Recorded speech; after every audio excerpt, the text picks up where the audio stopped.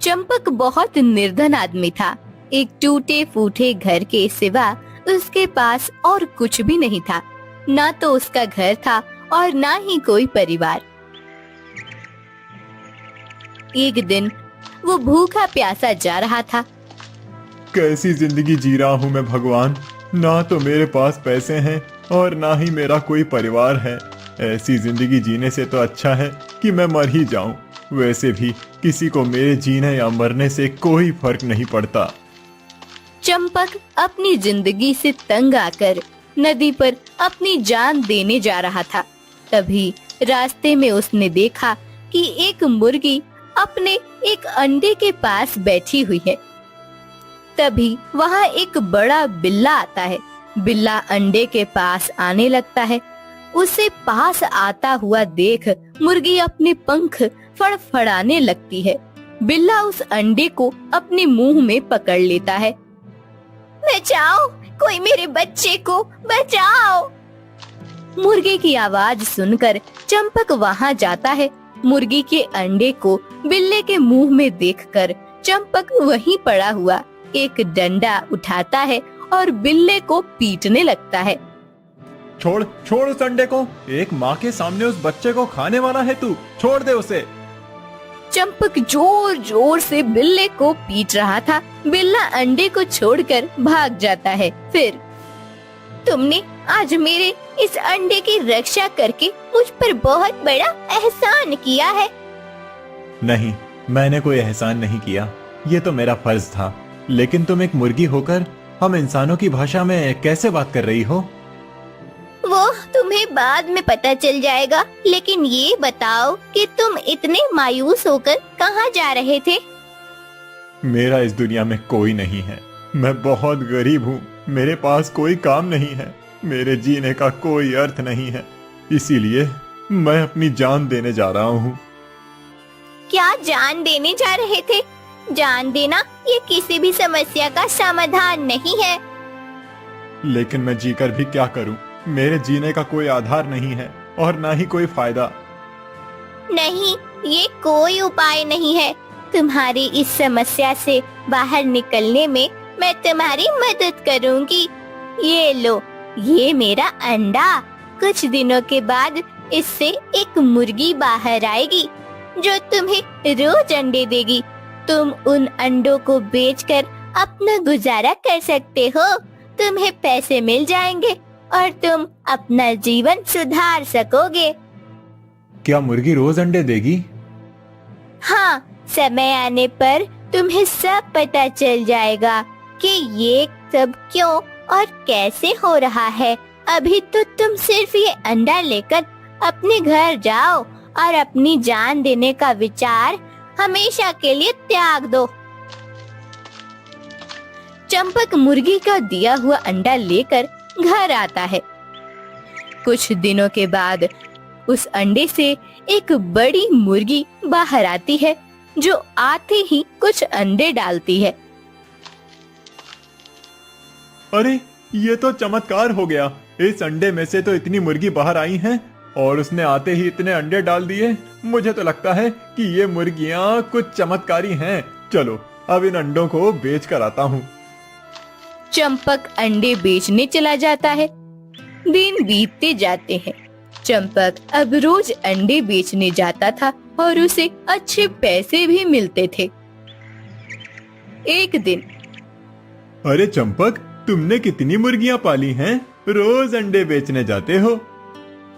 राव जी, मैंने तो एक ही मुर्गी पाली है। मेरे पास ज्यादा मुर्गियां रखने की जगह कहाँ है? क्या? सिर्फ एक मुर्गी? एक मुर्गी इतने अंडे देती है रोज? कमाल है। हाँ, मेरी मुर्गी कमाल की तो है। कुछ दिनों के बाद उस राज्य के महाराज की पत्नी बहुत बीमार हो जाती है। उनकी कमजोरी किसी भी औषधि से कम नहीं हो रही थी। तब महाराज, महारानी इतने दिनों से बीमार हैं, उनकी कमजोरी ठीक होने का नाम ही नहीं ले रही। अगर ऐसा ही चलता रहा तो महारानी का स्वास्थ्य और बिगड़ सकता है। मैं तो उसी के बारे में विचार कर रहा हूँ महामंत्री जी, परंतु समझ नहीं आ रहा कि ऐसा क्या उपाय करें कि महारानी की कमजोरी कम हो जाए। वैद्य जी की सभी औषधि देकर देख ली, कई प्रकार के सूखे मेवे और फलों का रस भी महारानी को पिलाया, उत्तम प्रकार का भोजन दिया, गाय का शुद्ध दूध और घी भी खिलाया, परंतु महारानी के शरीर में शक्ति आ ही नहीं रही। 2 कदम चलते ही महारानी गिर जाती हैं। उन्हें ऐसे सदा सोए हुए देखना भी मुझे अच्छा नहीं लग रहा। मुझे उनके स्वास्थ्य की बहुत चिंता हो रही है। महाराज, मैंने कहीं सुना था कि यदि किसी बीमार या कमजोर व्यक्ति को देसी मुर्गी के अंडे खिलाए जाएं, तो उसमें तुरंत शक्ति आ जाती है। यदि हमने महारानी को देसी अंडे खिलाए तो कदाचित उनमें भी शक्ति आ जाएगी और उनकी कमजोरी कम हो जाएगी। क्या देसी अंडे? हाँ महाराज, हमने आज तक इतने उपाय किए हैं, एक उपाय और करके देखते हैं। परंतु हमारे राज्य में देसी अंडे कहाँ मिलेंगे? वो तो मैं ढूंढता हूँ महाराज, आप मुझे थोड़ा समय दीजिए। ढूंढिए मंत्री जी, यदि ऐसा व्यक्ति मिल गया जिसके पास देसी अंडे मिल सकते हैं तो मैं उसे मुंह मांगा इनाम दूंगा। मंत्री अपने सेवकों से कहकर राज्य में देसी अंडे कहाँ मिलते हैं ये ढूंढने को कहता है। सेवक पूरे राज्य में जाकर ढूंढने लगते हैं। महाराज के सेवक को देखकर एक लालची व्यक्ति झागन लाल, क्या हुआ सेवक, आप किसे ढूंढ रहे हैं? महारानी बहुत बीमार हैं और कमजोर हैं, इसीलिए महाराज ने आदेश दिया है कि यदि किसी के पास देसी मुर्गी के अंडे मिले तो वो जाकर महाराज से भेंट करें। महाराज उस व्यक्ति को मुंह मांगा इनाम देने वाले हैं। क्या मुंह मांगा इनाम? अरे वाह! सेवक आगे चला जाता है। तभी छगन लाल को राव जी मिलता है। अरे राव जी, तुमने सुना अभी सेवक ने क्या कहा? हाँ हाँ, पता है मुझे। महारानी का स्वास्थ्य ठीक करने के लिए महाराज को देसी अंडे बेचने वाले की तलाश है। क्या तुम जानते हो ऐसे किसी व्यक्ति को? हाँ हाँ, हमारे राज्य में एक ही तो है चंपक, जिसके पास एक मुर्गी है जो रोज उसे अंडा देती है। क्या? एक मुर्गी और वो भी रोज अंडे देती है? कुछ अजीब बात नहीं है ये? हाँ, अजीब तो है, परंतु वो तो यही कहता है कि उसके पास एक ही मुर्गी है। छगन लाल के लालची मन में एक बात आती है। वो चंपक के पास आता है और सुनो चंपक, मैं छगन लाल हूँ, इसी राज्य में रहता हूँ। मैंने सुना है कि तुम्हारे पास एक मुर्गी है। मैं उस मुर्गी को खरीदना चाहता हूँ। परंतु मैं उस मुर्गी को बेचना नहीं चाहता। अरे जानता हूँ, लेकिन यदि तुम वो मुर्गी बेच दोगे तो तुम्हारी रोजी रोटी बंद हो जाएगी। मैं समझ सकता हूँ, उस मुर्गी से मिलने वाले अंडे से ही तुम अपना गुजारा करते हो, इसीलिए मैं तो तुम्हें उसके उचित दाम भी दूंगा। चाहे तो थोड़े ज्यादा पैसे ले लेना, लेकिन ये मुर्गी मुझे दे दो। बात दाम की नहीं है महोदय, परंतु मुझे मुर्गी को बेचना ही नहीं है। आप कितना भी दाम दे दीजिए, परंतु मैं मुर्गी को बेच नहीं सकता। बड़े हठी हो तुम। मैं इतने ज्यादा दाम देकर तुम्हारी मुर्गी खरीदना चाहता हूँ, परंतु तुम्हें उसे बेचना नहीं है। सोने की मुर्गी है क्या तुम्हारी? हाँ, अरे रखो अपनी मुर्गी अपने पास ही। छगन लाल गुस्से से चंपक के घर से चला जाता है। अगले दिन छगन लाल महाराज के पास आता है। महाराज, महाराज, मुझ पर दया कीजिए। कौन हो तुम और क्या हुआ है तुम्हारे साथ? महाराज, मैं आपके राज्य का सामान्य नागरिक हूँ, अंडे बेचने का काम करता हूँ। मैंने कल आपके एक सेवक से सुना, महारानी के उपचार के लिए आपको देसी अंडे की आवश्यकता है। मैं अपनी देसी मुर्गी आपके पास लेकर ही आ रहा था कि तभी चंपक नाम के एक व्यक्ति ने मेरी मुर्गी चुरा ली और उसे अपने घर में छुपा कर रखा है उसने। क्या? इतना बड़ा अपराध? महारानी के उपचार हेतु लाई जाने वाली मुर्गी की चोरी की उस दुष्ट ने? ये तो राजद्रोह है। सिपाहियों, अभी जाकर बंदी बना लो उस दुष्ट चंपक को और मेरे सामने लेकर आओ। सिपाही जाकर चंपक को पकड़कर ले आते हैं। छगनलाल मन ही मन हंस रहा होता है। क्या हुआ महाराज, मुझे ऐसे पकड़कर यहाँ क्यों लाए हैं? इतना बड़ा राजद्रोह किया है तुमने और पूछ रहे हो कि मैंने क्या किया है? इतना बड़ा अपराध करते हुए तुम्हें थोड़ा सा भी भय नहीं लगा? अपराध? राजद्रोह? ये आप क्या कह रहे हैं महाराज? मेरी तो कुछ समझ में नहीं आ रहा है। अब इतने भोले मत बनो चंपक। ये छगनलाल जब अपनी मुर्गी राजमहल ला रहा था तब तुमने उसकी मुर्गी चुराई, ये जानते हुए भी कि महारानी को देसी अंडे खाने की आवश्यकता है। यदि उन्हें अंडे नहीं खिलाए गए तो उनका स्वास्थ्य और खराब हो जाएगा। नहीं महाराज, वो मुर्गी मेरी है और सच में मुझे महारानी के स्वास्थ्य के बारे में कुछ भी नहीं पता था। अगर मुझे पहले पता होता तो मैं खुद यहाँ रोज आकर अंडे दे जाता। मेरी मुर्गी तो बहुत सारे अंडे देती है। ये छगनलाल झूठ बोल रहा है। महाराज, इसके पास कोई मुर्गी नहीं है। उल्टा ये मेरी मुर्गी मुझसे खरीदने के लिए मेरे घर आया था। नहीं महाराज, ये झूठ बोल रहा है। यही आया था मेरे पास आपकी घोषणा सुनकर। जब सेवक ने बताया कि जो भी व्यक्ति महारानी के लिए देसी अंडे ले जाएगा उसे महाराज मुंह मांगा इनाम देंगे। ये सुनकर इसके मन में लालच आ गया होगा, इसीलिए मेरी मुर्गी पानी के दाम में मांग रहा था मुझसे। नहीं महाराज, ये झूठ बोल रहा है। सच तो ये है कि ये छगनलाल आया था मेरे घर और 2 गुनी कीमत देकर मेरी मुर्गी खरीदना चाहता था। अच्छा, तो ये बताओ कि तुम्हारे घर जो मुर्गी है वो तुम्हारे पास कैसे आई? महाराज, उस मुर्गी की माँ ने ही मुझे एक अंडा दिया था जिससे वो मुर्गी बाहर आई थी। मुर्गी की माँ ने? अर्थात एक मुर्गी ने तुम्हें अपना अंडा दिया था? हाँ महाराज, उस मुर्गी ने कहा था कि इस अंडे से जो मुर्गी बाहर आएगी वो रोज अंडे देगी। मुर्गी ने कहा था? वो मुर्गी हम मनुष्यों की भाषा में बात कर रही थी? हाँ महाराज, वो मुर्गी हमारी भाषा में बोल रही थी।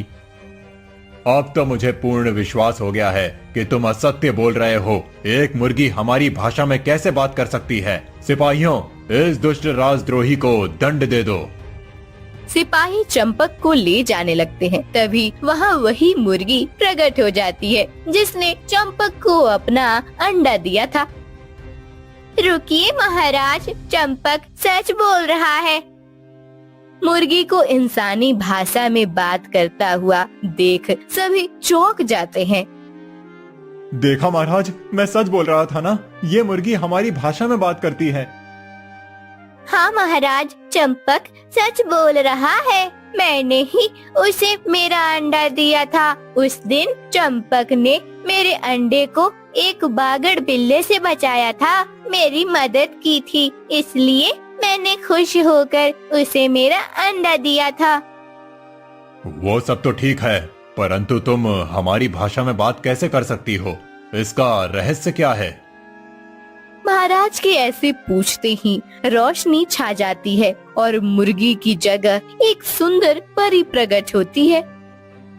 महाराज, मैं असल में एक परी हूँ। परी लोक एक बार एक दासी परी मेरी सहायता मांग रही थी, लेकिन मैंने अपने घमंड में आकर उसे सहायता करने से ना कहा था। जब ये बात हमारी परी रानी को पता चली तब उन्होंने मुझे उस परी की सहायता ना करने के लिए दंड दिया। दंड स्वरूप मैं एक मुर्गी बन गई और यहाँ पृथ्वी लोक पर आ गई। परी रानी ने कहा कि जब कोई निर्मल मन का व्यक्ति मेरे संकट में मेरी मदद करेगा तभी मुझे मदद की कीमत पता चलेगी। केवल इतना ही नहीं, मुझे भी उस व्यक्ति की मुसीबत में उसकी मदद करनी पड़ेगी, तभी मैं उस दंड से मुक्त हो जाऊंगी और फिर से परी लोक चली जाऊंगी।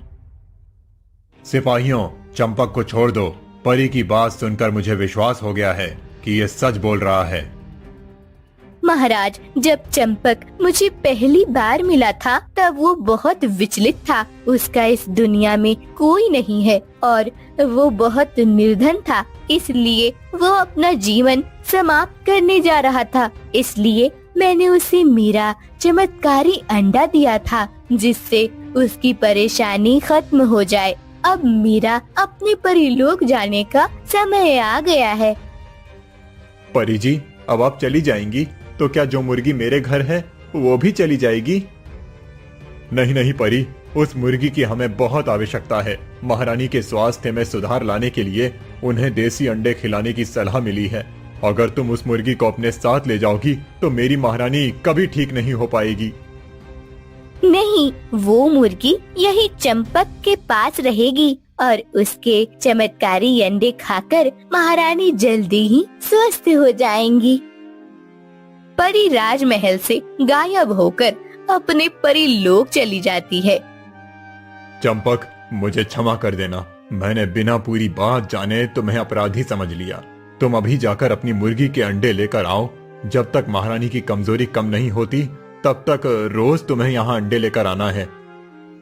अवश्य महाराज, मैं अभी अंडे लेकर आता हूँ। छगनलाल, तुमने हम सबसे झूठ बोला है। तुमने एक निर्दोष व्यक्ति को दोषी बताकर हमारे सामने पेश किया है। तुम अपने लालच में आकर किसी और के साथ इतना बुरा कर रहे थे।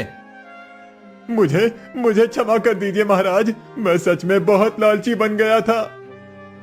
अभी तो मैं तुम्हें छोड़ रहा हूँ। यदि फिर से किसी के साथ तुमने ऐसा व्यवहार किया तो मैं तुम्हें दंड देने से नहीं चूकूंगा। चंपक अपने मुर्गी के अंडे लेकर आता है और महारानी को खिला देता है। अगले कुछ दिन चंपक की मुर्गी के अंडे खाकर महारानी का स्वास्थ्य सुधर जाता है और वो चलने फिरने लग जाती हैं। महाराज चंपक को बहुत सारा धन देते हैं। चंपक के दोस्त राव जी की पहचान कन्या से चंपक की शादी हो जाती है। चंपक ने परी की दी हुई मदद से उसका जीवन संवर जाता है। सुंदर नगर के नरेश महाराज समरजीत शिकार करने के लिए अपने एक मंत्री के साथ वन में गए हुए थे। मंत्री, हमें यहाँ आकर बहुत देर हो गई है, परंतु अभी तक कोई भी प्राणी हमारी दृष्टि में नहीं आया है। मेरे विचार से हमें यहाँ से चलना चाहिए। कदाचित आज कोई शिकार नहीं मिलेगा। कुछ देर और रुक जाते हैं महाराज, कदाचित कोई प्राणी आ जाए। ठीक है। दोनों वहीं रुक जाते हैं। कुछ देर के बाद उन्हें एक सूअर की आवाज सुनाई देती है। मंत्री, लगता है कि कोई जंगली सूअर हमारे आसपास ही है। मुझे अभी उसका शिकार करना होगा। महाराज समरजीत अपना धनुष लेकर सूअर के शिकार सज्ज हो जाते हैं। थोड़ी देर के बाद उन्हें झाड़ियों के पीछे सूअर दिखाई देता है। महाराजा समरजीत अपने धनुष से निशाना साधते हैं और सूअर पर तीर चला देते हैं। सूअर भाग जाता है। मंत्री, वो सूअर भाग रहा है। कदाचित वो बाण से आहत हुआ होगा। मैं उसके पीछे जाकर उसे पकड़ता हूँ। आप राजमहल लौट जाइए, मैं सूअर का शिकार करके लौटता हूँ। मंत्री राजमहल के लिए प्रस्थान करता है और राजा समरजीत सूअर का पीछा करने लगते हैं। समरजीत सूअर की आवाज का पीछा करते करते एक गुफा में पहुंच जाते हैं। गुफा के अंदर जाने के बाद वो सामने जो देखते हैं उसे देखकर उनकी आंखें खुले की खुली रह जाती हैं। ये क्या, इतने निर्जन और घने वन में इस गुफा के अंदर इतना सारा खजाना, हीरे मोती और मूल्यवान रतन। इतना बड़ा खजाना किसका होगा और इसे किसने छुपा रखा होगा? समरजीत अपने आप से बात कर रहे थे, तभी उनके पीछे से एक आवाज आई। ये खजाना मेरा है समरजीत। तुम तो वही सूअर हो जिस पर मैंने बाण चलाया था, परंतु तुम एक सूअर होकर मनुष्य की भाषा में कैसे बोल सकते हो? और क्या कहा तुमने? ये खजाना तुम्हारा है? ये कैसे हो सकता है? वो सब बताने का मेरे पास समय नहीं है महाराज। मैं केवल अपने इस खजाने को अपने राज्य वापस ले जाना चाहता हूँ। आप कृपया करके मेरी सहायता कीजिए। ये सब आपकी दृष्टि में आए, इसीलिए मैं आपको यहाँ तक लेकर आया था। नहीं, मुझे तुम्हारी बात पर विश्वास नहीं हो रहा। मुझे तुम एक मायावी प्रतीत हो रहे हो। मैं तुम्हारी सहायता नहीं कर सकता। नहीं, मैं सत्य कह रहा हूँ। मैं मायावी नहीं हूँ। मुझे आपकी सहायता की बहुत आवश्यकता है। मैं किसी मायावी की सहायता नहीं करता। महाराजा समरजीत सूअर की कोई बात सुने बिना चले जाते हैं। वो गुफा के बाहर आकर वन में जा रहे थे, तभी उन्हें एक मुनिवर मिलते हैं। प्रणाम मुनिवर। कल्याण हो राजन। क्या हुआ? आप इस वन में क्या कर रहे हैं? मुनिवर, एक राजा को तो मृज्ञा करनी ही पड़ती है। ये तो राजधर्म का एक भाग है, इसीलिए शिकार करने आया था। परंतु यहाँ आकर मैंने एक चमत्कारी बात देखी। एक बोलने वाला सुअर देखा जो हम जैसे मनुष्यों की भाषा बोल रहा था। फिर क्या हुआ? मैंने उस सुअर पर अपना निशाना साधा था शिकार करने के लिए, परंतु वो एक गुफा में भाग गया। जब मैं उसका पीछा करते हुए गुफा में पहुंचा तब मैंने देखा कि वहां बहुत बड़ा खजाना रखा हुआ था। उस सुअर ने कहा कि वो खजाना उसका है और वो अपने राज्य को फिर से प्राप्त करना चाहता है। वो मुझसे सहायता मांग रहा था, परंतु मैंने उसे एक मायावी समझकर सहायता करने से ना कह दिया। मुनिवर, कौन हो सकता है वो रहस्यमयी सुअर जो हमारी भाषा बोल रहा था? महाराज समरजीत, वो सुअर सत्य कह रहा था। वो एक राजा ही है और वो खजाना भी उसका ही है। ये आप क्या कह रहे हैं मुनिवर? एक सुअर और राजा? हाँ, मैं आपको पूरी कहानी बताता हूँ। बहुत समय पूर्व की बात है। महाराजा ओमकारनाथ अपने राज्य का प्रपंच अच्छे से चला रहे थे। प्रजा भी बहुत संतुष्ट और सुखी थी। उनके राज्य में किसी चीज की कोई कमी नहीं थी। एक बार महाराज ओमकारनाथ का बचपन का दोस्त जादूगर गौरवेंद्र उनसे भेंट करने आए थे। आओ आओ मित्र, कितने वर्षों के बाद मिल रहा हूँ तुमसे। हाँ मित्र, तुम तो अब राजा बन गए हो। तुम्हारे पास हम जैसे साधारण व्यक्तियों से मिलने का समय कहाँ है?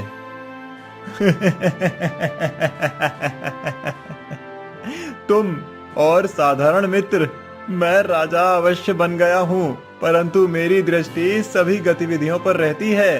तुम्हें क्या लगता है कि मैं नहीं जानता कि तुम कितने बड़े जादूगर बन गए हो? पूरी धरती पर तुम जैसा कोई जादूगर नहीं है। अरे तुम्हारी इस कला के चर्चे तो दूर दूर तक होते हैं। कई राज्यों के राजा महाराज मनोरंजन के कार्यक्रम करने के लिए तुम्हें बुलाते हैं। हाँ, ये तो है। मैं अपनी कला का प्रचार प्रसार करते हुए बहुत प्रवास करता हूँ, इसी कारण से किसी से भेंट नहीं कर पाता। मित्र, अब तुम यहाँ आए हो तो मेरी प्रजा के मनोरंजन के लिए भी कोई कार्यक्रम करो। मेरी प्रजा के सामने भी अपनी कला का प्रदर्शन करो। अवश्य, मैं दूसरे राजाओं के लिए अपनी कला का प्रदर्शन करता हूँ, तो अपने मित्र के लिए तो कर ही सकता हूँ। अगले दिन जादूगर गौरवेंद्र महाराज ओमकारनाथ की प्रजा के सामने अपने कला का प्रदर्शन करता है। बड़े प्रांगण में गौरवेंद्र पूरी प्रजा के सामने अपनी जादू दिखाता है।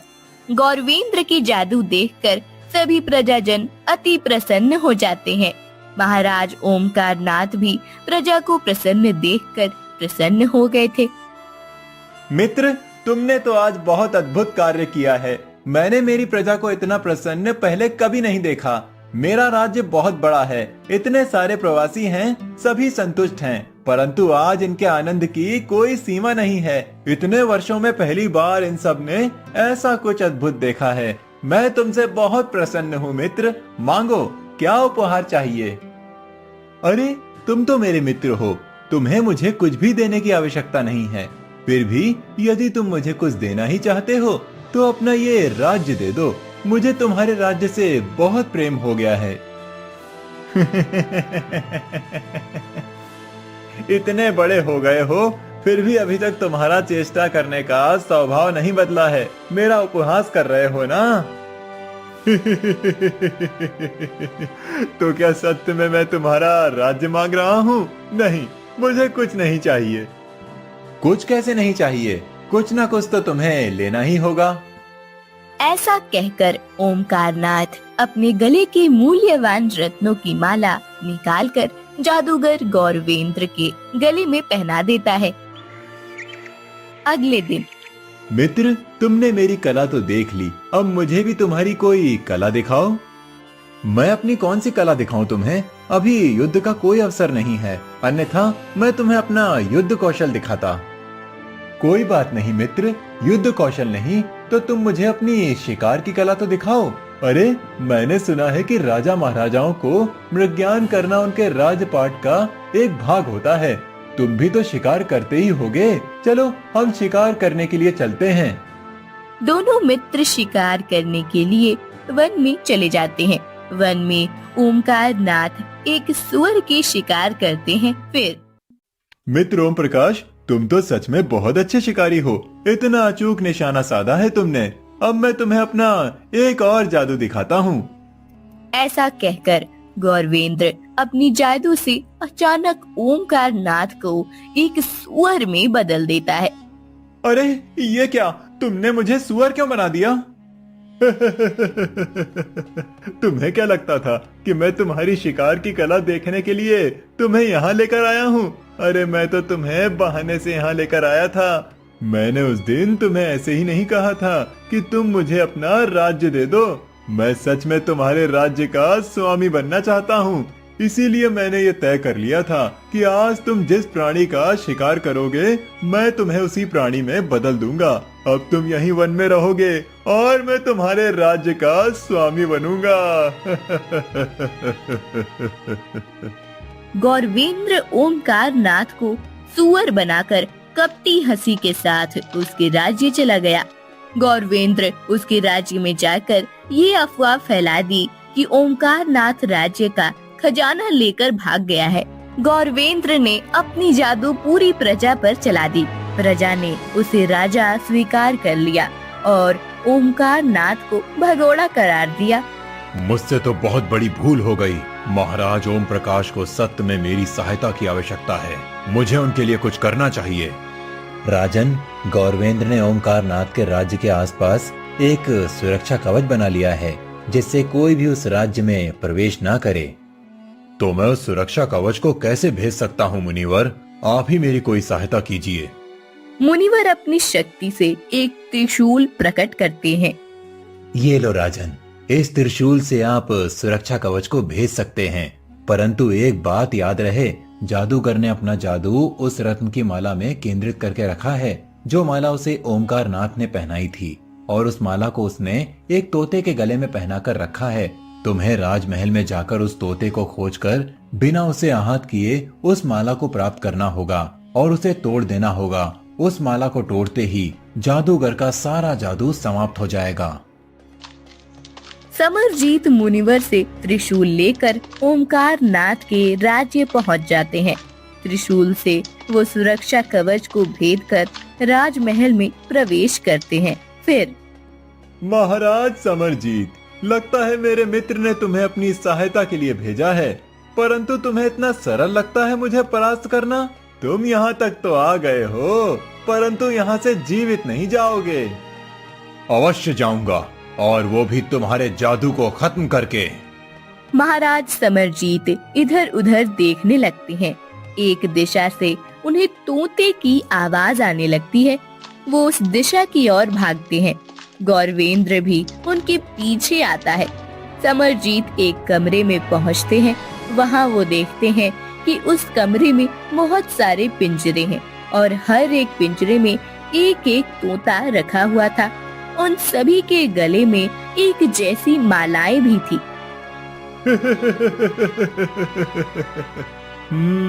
तुमने तो मेरे बारे में बहुत ज्ञान प्राप्त किया है। तुम्हें तो ये भी पता चल गया कि मेरी सारी विद्या एक तोते के गले की माला में है, लेकिन ये कैसे पता कर पाओगे कि इन सब तोतों में से वो तोता कौन सा है? महाराज समरजीत देखने लगते हैं। उन्हें समझ नहीं आ रहा होता है कि आखिर वो तोता कौन सा हो सकता है। सभी तोते बिल्कुल एक जैसे होते हैं और उनके गले की मालाएं भी एक जैसी ही होती हैं। बहुत देर तक समरजीत सभी तोते देखते रहते हैं। फिर अपना धनुष निकालकर वो तीर चलाते हैं। एक पिंजरे के अंदर उनका तीर चला जाता है और धीरे से उस तोते के गले की माला हल्के से निकलकर समरजीत के तीर पर अटक जाती है। समरजीत उस माला को तोड़ देता है। नहीं, ये कैसे हो सकता है? तुमने उस तोते को कैसे पहचान लिया? मैंने उन सभी तोतों को ध्यान से देखा। सभी तोते इधर उधर देख रहे थे, लेकिन केवल एक ही तोता था जो तुम्हारी तरफ देख रहा था। उसकी दृष्टि को देखकर मैंने समझ लिया कि वो अपने स्वामी को देख रहा है, इसीलिए मैंने उस पर ही तीर चलाया और मेरा अनुमान सही निकला। माला के टूटते ही जादूगर की सारी विद्या खत्म हो जाती है। समरजीत गौरवेंद्र को पकड़कर ओमकार नाथ के पास लेकर आता है। गौरवेंद्र की जादू खत्म होने की वजह से ओमकार नाथ सुअर से फिर मनुष्य में बदल जाता है। धन्यवाद महाराज समरजीत, आपने आखिरकार मेरी सहायता कर ही दी। आपकी ही वजह से आज मैं पुनः अपने वास्तव रूप में आ पाया हूँ। नहीं महाराज ओमकार नाथ, मुझे आपसे क्षमा मांगनी है। मुझे पहले ही आपकी बात मान लेनी चाहिए थी। मैंने आपको मायावी समझ लिया था। वो तो मुनिवर की कृपा थी जिन्होंने मुझे आपकी पूरी कथा सुनाई और इस दुष्ट के बिछाए हुए सुरक्षा कवच को भेदने का मार्ग दिखाया। महाराज ओमकार नाथ, ये लीजिए अपराधी, इसे अब आप ही दंड दीजिए। अवश्य महाराज, ये तो मेरे मित्र के रूप में एक भयानक शत्रु है। इसे मैं अपने राज्य में ले जाकर पूरी प्रजा के सामने दंडित करूंगा। परंतु महाराज, मुझे एक बात समझ नहीं आई कि उस गुफा में इतना सारा खजाना कहां से आया और आप उसे अपना क्यों बता रहे थे? गौरवेंद्र के मेरे राज्य में आने से पहले मेरे एक गुप्तचर ने ये जानकारी दी थी कि कोई मेरे राज्य पर आक्रमण करके लूटने वाला है, इसीलिए मैंने वो खजाना उस गुफा में छुपा दिया था। समरजीत और ओमकार नाथ दोनों अपने अपने राज्य चले जाते हैं। ओमकार नाथ अपनी पूरी प्रजा के सामने दुष्ट जादूगर गौरवेंद्र को एक पेड़ से बांधकर कोड़े मारने का दंड देता है और बाद में उसे कारागार में बंदी बना देता है। ओमकार नाथ अपने राज्य का भार एक बार फिर से अपने सर पर ले लेता है